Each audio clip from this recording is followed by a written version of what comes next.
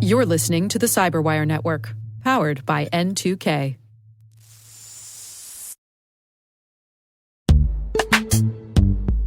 Struggling to secure on-prem apps with modern identity? Don't worry, you're not alone. Join industry leaders from Fortune 500 organizations to secure your apps on any cloud with any IDP, regardless of your environment's complexity. Meet Strata's identity orchestration platform, Mavericks. Say goodbye to the headaches of app refactoring and legacy tech debt. With identity orchestration, you can modernize legacy apps to use MFA or passwordless authentication in a few weeks, migrate from one IDP to another, and so much more without changing the app. No matter your IAM use case, Strata extends the value of your current identity investments. And the best part? You can try it for free today. Visit strata.io/cyberwire to share your biggest identity challenge, and they'll hook you up with a complimentary pair of AirPods Pro. Don't miss out. Visit strata.io/cyberwire. That's strata.io/cyberwire.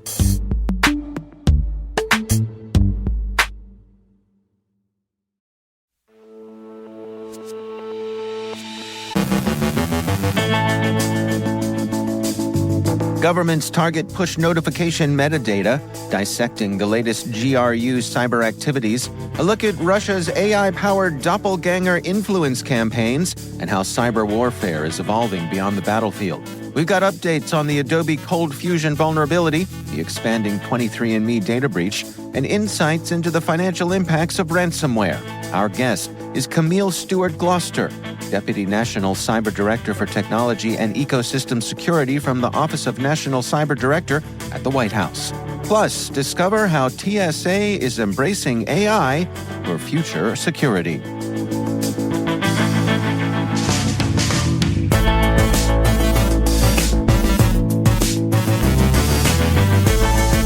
It's Wednesday, December 6, 2023. I'm Dave Bittner, and this is your CyberWire Intel Briefing.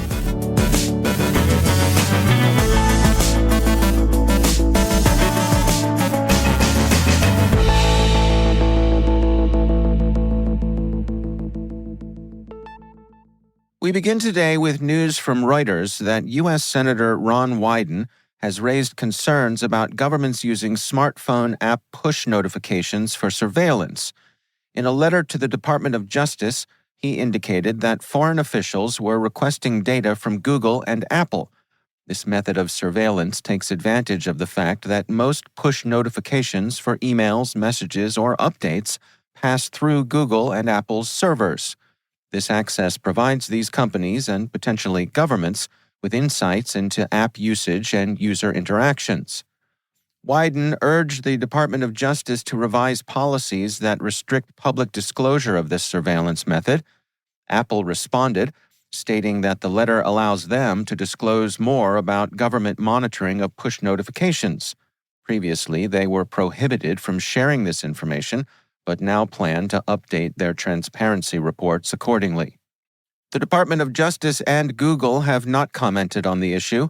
The letter's claims are based on a tip confirmed by a source familiar with the matter, who revealed that both foreign and U.S. agencies have sought metadata related to push notifications to link anonymous app users to specific Apple or Google accounts.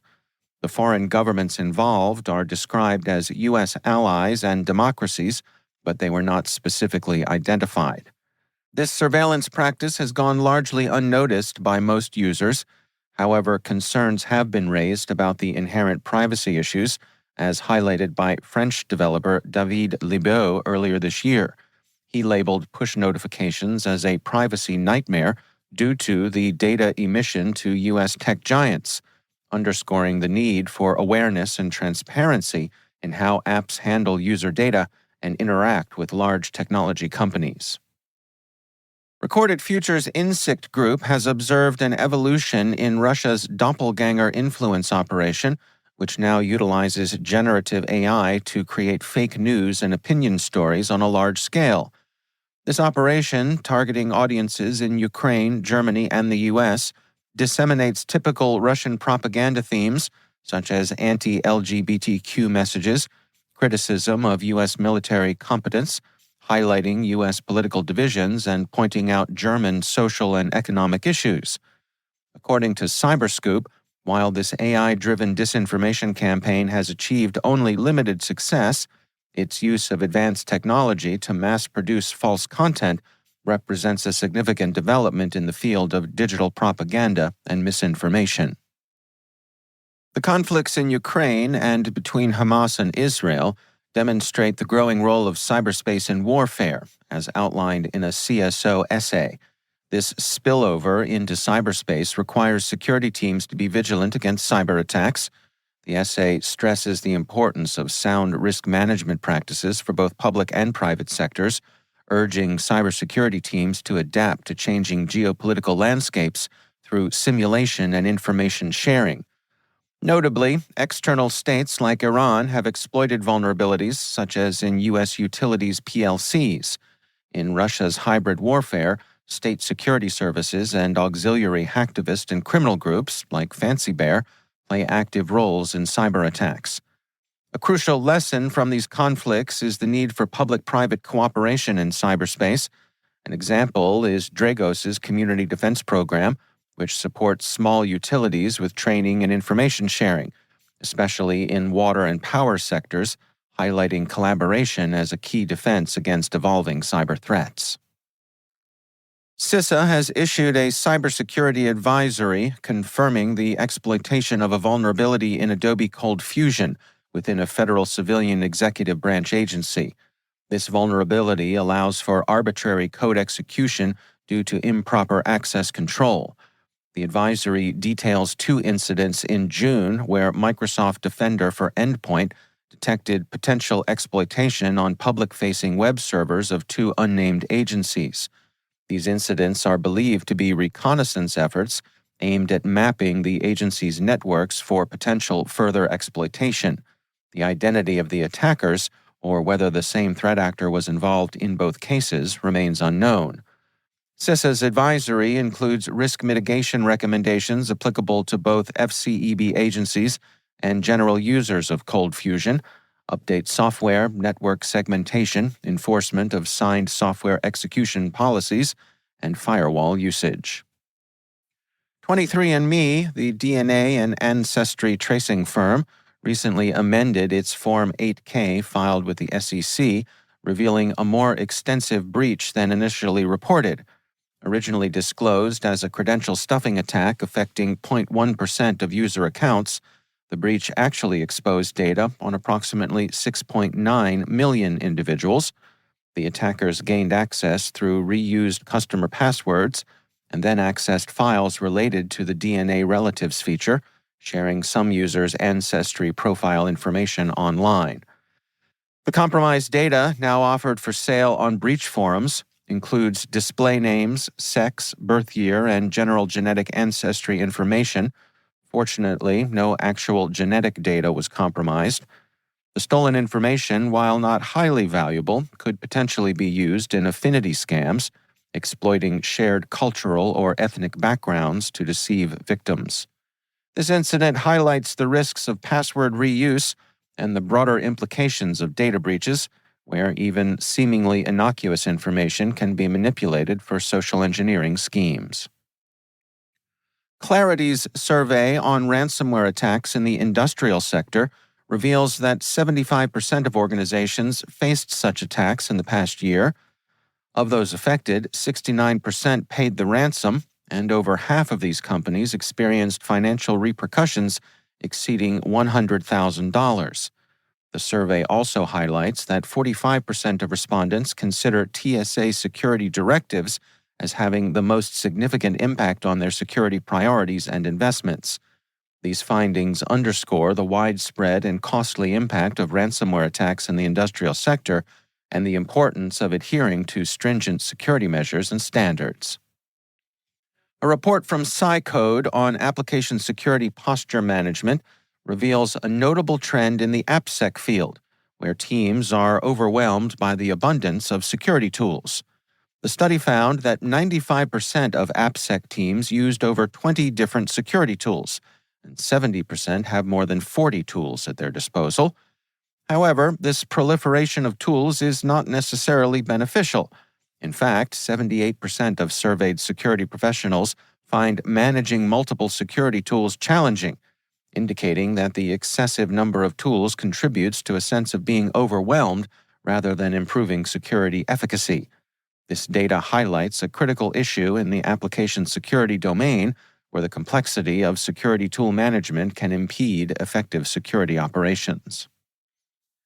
ZeroFox's analysis of the Lockbit ransomware as a service operation reveals that it accounted for 25% of all ransomware and digital extortion attacks in North America in 2023.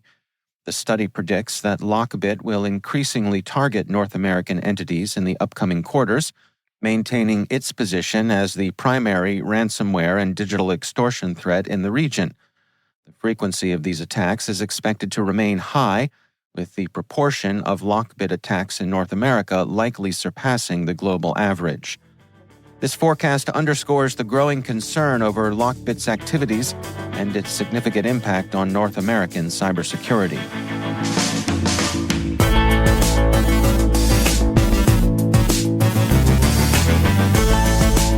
Coming up after the break, my conversation with Camille Stewart Gloster, Deputy National Cyber Director in Technology and Ecosystem Security at the White House's Office of the National Cyber Director. Stay with us.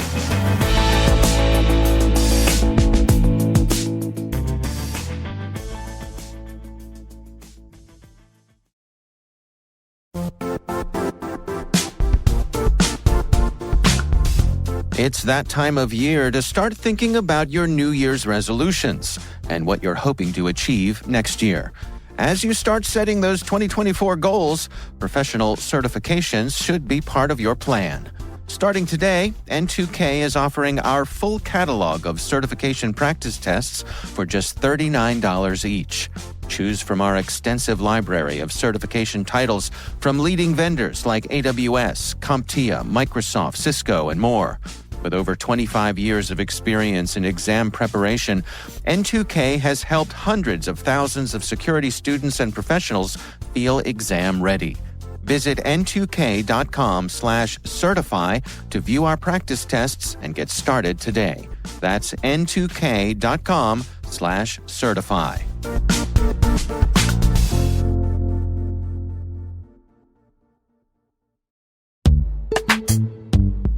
This episode is supported by Code Comments, an original podcast from Red Hat. Be honest, do you comment your code? You know, when you're working on a project and you leave behind a small note in the code, a code comment, to help others learn what isn't clear in the code. Sometimes we leave comments for other people. Sometimes we leave comments for ourselves, a type of breadcrumbs. There's a lot of work required to bring a project from purchase to production, and the documentation doesn't always cover changing team dynamics.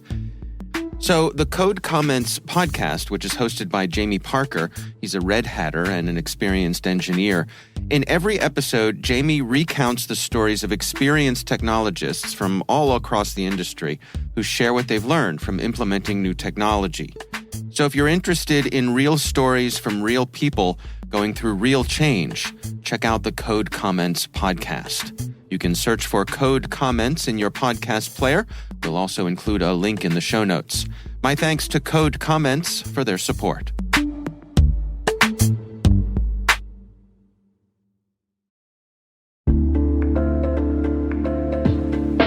And now, a word from our sponsor. The Johns Hopkins University Information Security Institute is currently seeking qualified applicants for its innovative Master of Science in Security Informatics degree program.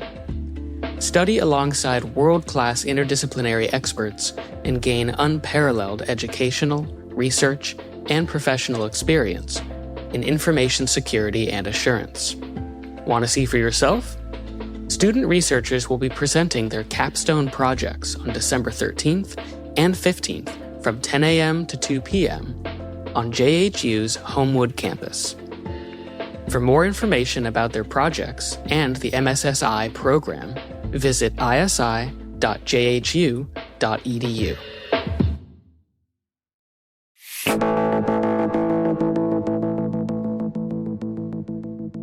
Camille Stewart Gloster is Deputy National Cyber Director for Technology and Ecosystem Security from the Office of the National Cyber Director, which is to say she has a very important and influential seat at the table at the White House, advising and advocating on cybersecurity policy.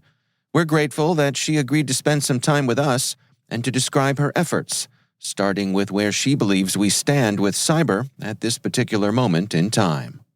We are at an inflection point. The president talks about this decisive decade and putting out so much policy and work into building out our workforce in general and specifically focused on cyber. In the National Cyber Workforce and Education Strategy, we released all this money that has been focused on building out our infrastructure through the CHIPS Act and the bipartisan infrastructure law, et cetera.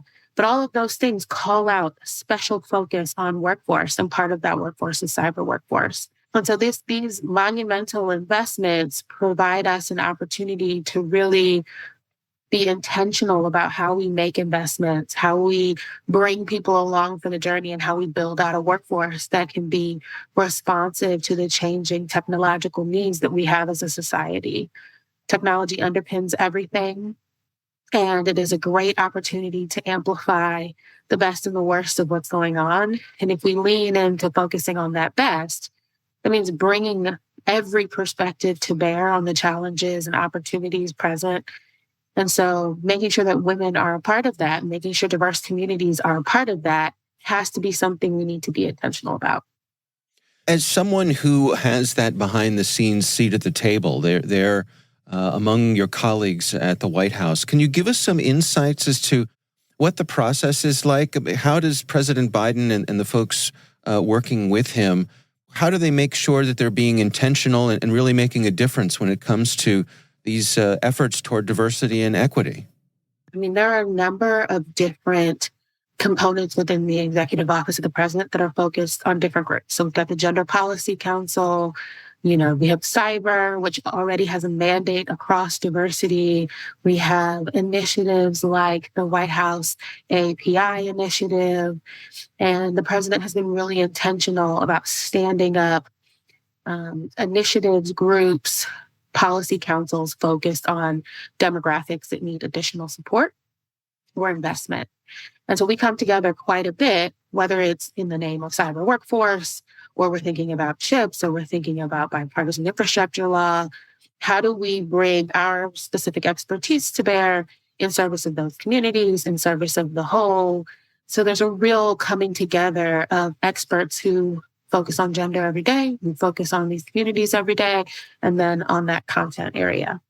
For the folks in our audience, how do you recommend that they best interface with these programs that the White House is putting out there? So we are really excited because the implementation of the National Cyber Workforce and Education Strategy is multifaceted. There is a federal component for sure, but most of the work, quite frankly, is focused on nonprofits, private sector, state and local, academia, all of the partners that help build out a broader technological ecosystem, a workforce ecosystem. And so in support of that, we have been doing a lot of work to understand how different organizations want to implement the workforce strategy, to provide tools to help do that, and to get out into burgeoning ecosystems, to strong ecosystems, to help spark, support, or elevate good work going on across the nation and internationally for that matter.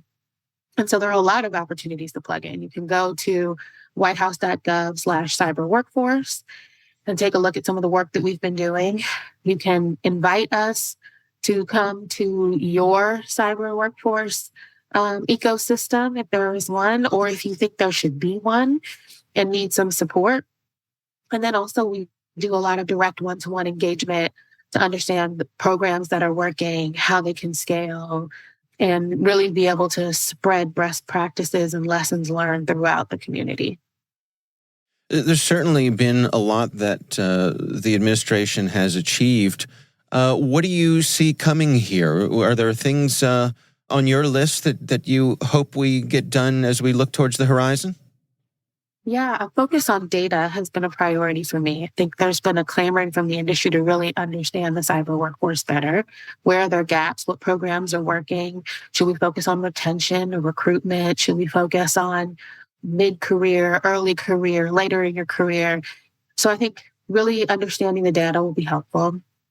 We've got a lot of new technologies emerging.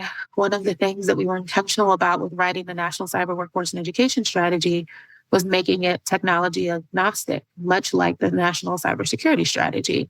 And so as we think about the AI workforce, the quantum workforce, all of these burgeoning technologies that will change the very nature of how we operate and then, of course, of work, applying this strategy to those areas and seeing how the work that we are investing in now will create the agility to be responsive to the new skill sets that are necessary to answer the call, to understanding of changing landscape.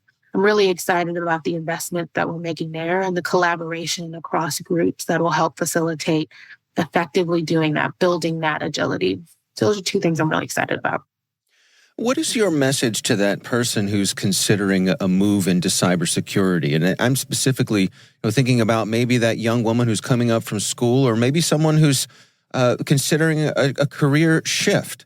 Do you have any words of wisdom or thoughts of encouragement? Yes, join us. Whatever your skill set is, whether you were exploring a variety of things in school or you are thinking about transitioning your career, cybersecurity is a multidisciplinary space where whether you are very technical or you have a focus on marketing or a focus on the law or society or psychology, whatever, there is an opportunity to blend that with the technical acumen to be able to understand how technology shows up in the lives of people, its impact on people, societies, governments, and be able to contribute to what is increasingly becoming an underlying calculus in every decision that we make, right? And so do not ever self-select out. If you think that you don't want to be a technologist, you don't have to be. You don't have to be an engineer to work in cybersecurity. There's probably a way for you to leverage that skill set, that insight that you have about a different industry, a different community, and overlay that with cybersecurity knowledge and be a contributing member of this ecosystem. And I will also mention that there are a lot of good paying jobs in this space. And so you will be paid and rewarded for all of your hard work and expertise. That's Camille Stewart Gloster, Deputy National Cyber Director for Technology and Ecosystem Security from the Office of the National Cyber Director.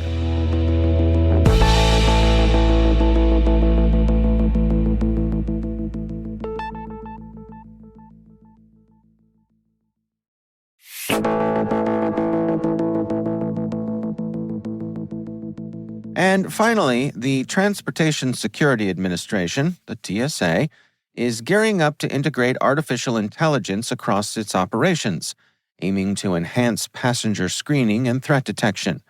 Kristen Ruiz, Deputy CIO of TSA, spoke about the future of U.S. travel powered by AI advancements during the GovAI Summit in Arlington, Virginia.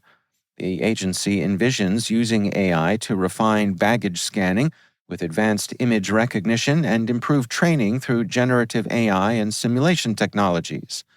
Last year, TSA's Identity Management Roadmap highlighted the potential of digital identity, AI, machine learning, and blockchain for efficient identity management solutions. This aligns with the agency's ongoing use of AI for facial recognition and machine learning in screening processes at airports. Ruiz discussed AI applications that could reduce redundancies for TSA agents and offer travelers a smoother experience, including pre-processed baggage scans and streamlined contactless identification methods. The TSA's move towards AI integration in travel security isn't just a flight of fancy. It's a tech-savvy leap towards ensuring that the future of flying is as smooth as an automated baggage carousel.